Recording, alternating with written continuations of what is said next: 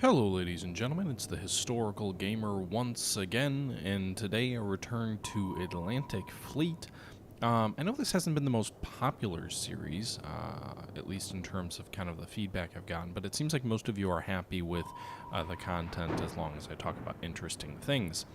And I have quite a bit of content. I'm sad that a lot of you don't enjoy the game, although I understand it. I actually enjoy it quite a bit. But there are some serious flaws with the game as well.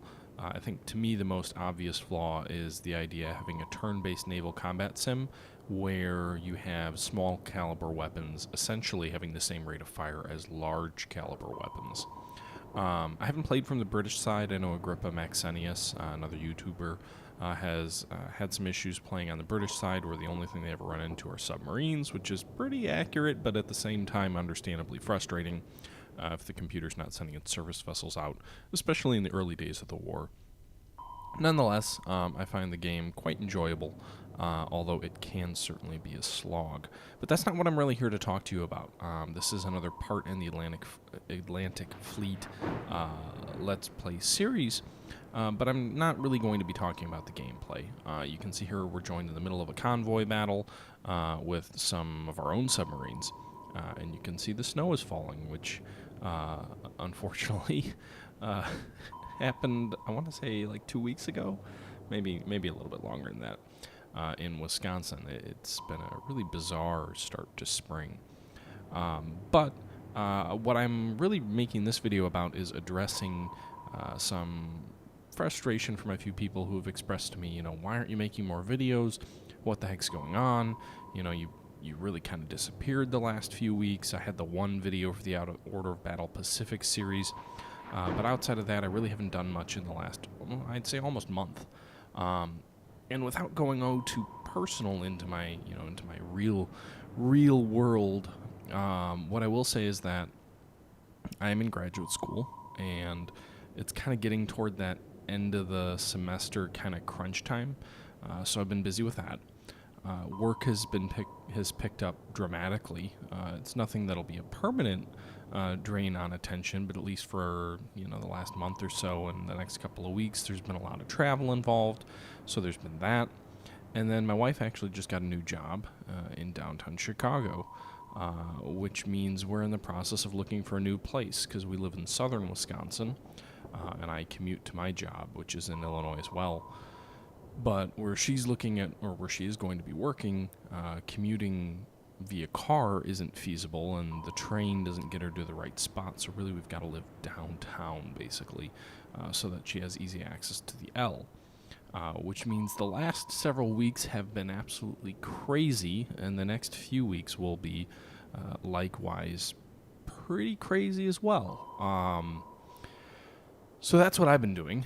Additionally, I've been struggling with not really knowing what series to do next. I've got a lot of Atlantic Fleet footage, but I don't really want to make that the focal point of my channel. I almost view that footage as kind of useful for these kind of videos where I just want to talk about, World War II, the Naval War, but also just other generic topics where maybe it makes some sense to have some footage in the background. So that's kind of where I'm at as far as gameplay is concerned. I'm not sure what I want my next big series to be. Rule the Waves finished up, and I've been kind of toying around with the idea of doing another series of that, but I don't really want to be the Rule the Waves channel. In addition to that, I've got some Order Battle Pacific footage for both the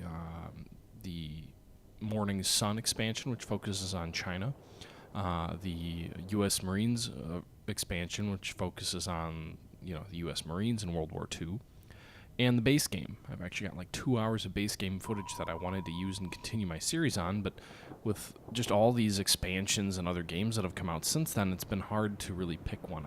I'm not the type of YouTuber, one, I don't have the time, and two, I don't think it provides too much value if I'm pumping out 2-3 videos a day. I think you guys will kind of get tired of it, and I'll lose some of my quality as well. I already feel like the last few videos have been a little bit stretched on quality.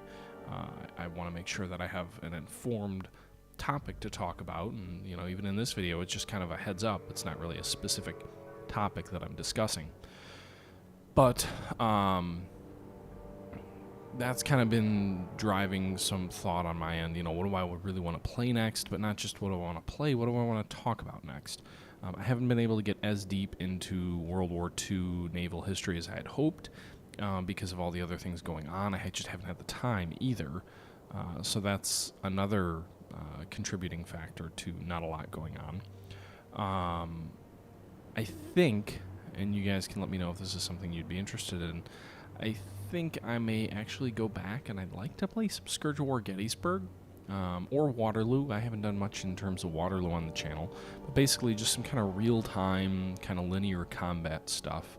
And then I've also been debating, kind of with the anniversary of Jutland coming up, maybe playing the game Jutland, which is, I want to say 5 or 6 years old, by Storm Eagle Studios. They made the Distant Guns, the Russo-Japanese war game. I really would like to give that game a try, but I'm a little bit hesitant because the damn UI in that thing is so difficult to get to know. And the support and getting it installed and all that, because they have their own version of Steam type deal, is kind of a headache. But I think it'd be cool to do that. Maybe not a full recreation of Jutland, but maybe like Dodger Bank or, a more manageable scenario. We'll see. But I mean, that's kind of what I've been thinking about, and that's kind of what I've been musing.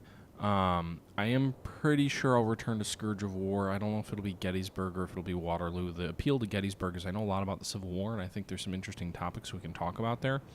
But I also recognize that Waterloo's the newer game that probably more people are interested in, so that one would probably make more sense to play. But yeah, that's kind of my thought process. That's what I'm thinking about as far as the channel, going forward is concerned, at least in the short term. Still would like to return to some more out-of-the-park baseball stuff and a whole bunch of other things as well. But that's where I've been the last few weeks, and that's kind of where I'm at for the next few weeks. Hopefully things will pick back up once we kind of get into the summer and we get all moved and, classes kind of calm down.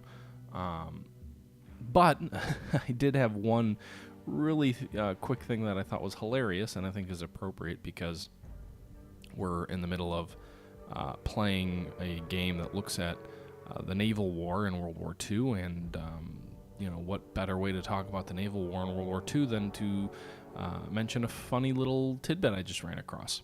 I have been listening to Castles of Steel on my way to work in the mornings, which is a book that was written by the same individual, Robert Massey, who wrote the famous, and I want to say Pulitzer Prize winning, although I could be completely wrong on that, book Dreadnought.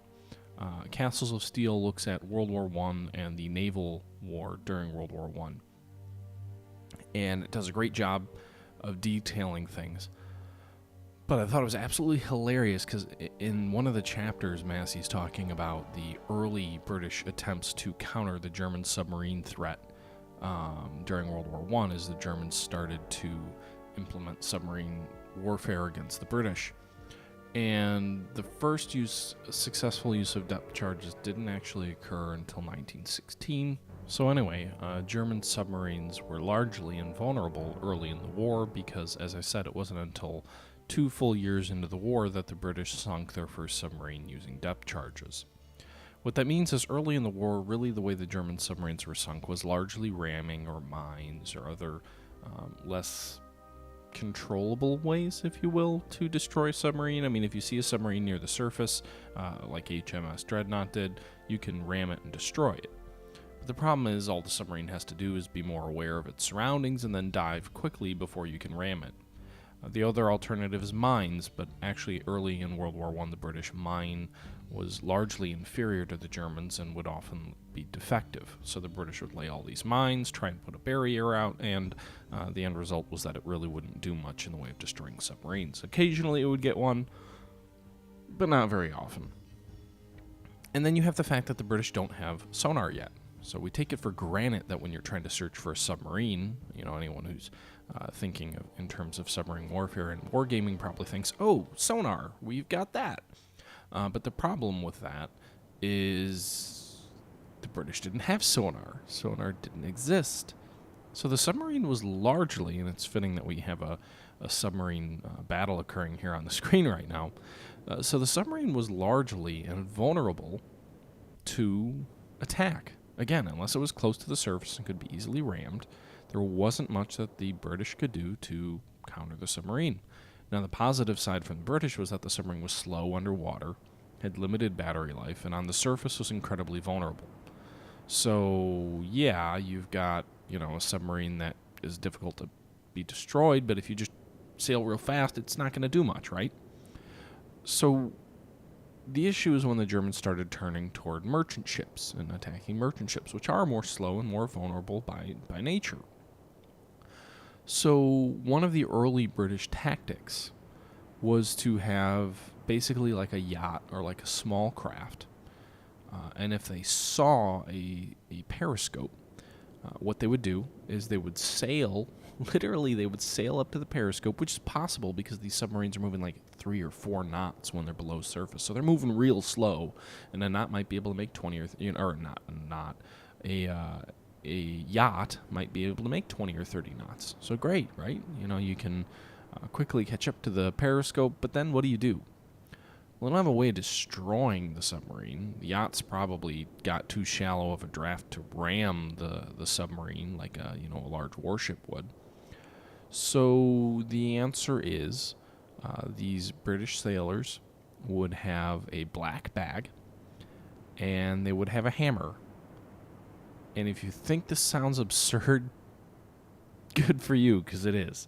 So they would have a black bag and they would have a hammer. And what they would do is they'd sail up to the periscope and they'd throw a black bag over it. Like kidnapping someone or something, except putting it over the periscope of a submarine, because if the submarine can't see what it's shooting at, it's not going to be able to do much, right? At least that was the British thought. So you throw a black bag over the periscope, and if that doesn't work, then you've got a guy with a hammer to smash the periscope. Right. Okay, so you're going to smash the periscope with a hammer, as I just obliterated the HMS Valiant. By the way, that battleship just took, 3 or 4 torpedoes? And down she goes. So, yeah, good luck. Your key anti-submarine warfare technique is throwing a bag over a periscope and smashing it with a hammer. That sounds like a prank out of a high school yearbook, and I just felt like sharing it because that is absolutely hilarious to me. I didn't really know how to fit that in to tell that, so I just kind of threw it in and, this little discussion about the future of what I'm thinking about for the channel. But anyway, guys, let me know what your thoughts are on kind of my thoughts going forward. I'm sorry I haven't had a whole lot of time to create much in the way of videos. Hope you did enjoy this. Really just me talking to myself for 13 minutes. Hope you enjoyed the story about the British early anti-submarine warfare techniques against German subs in World War I. And the next time we return to Atlantic Fleet, we will have a more structured video that does talk more specifically about the naval war during World War II. But I don't know if that'll be the next video or if we'll look at something else like Scourge of War Gettysburg or Order of Battle Pacific. We may return to that, series that the video for Marines and finish that scenario that I had been playing through last time we met. But either way, I hope you guys enjoyed the video. Feel free to leave comments in the description. Let me know what your thoughts are. Let me know what you'd like to see me play. Sorry for you on there. It's like 2 in the morning and just been plowing away at homework and work and all that. But anyway, guys, hope you enjoyed the video. And until next time, this is the Historical Gamer saying thank you for watching, and I'm out.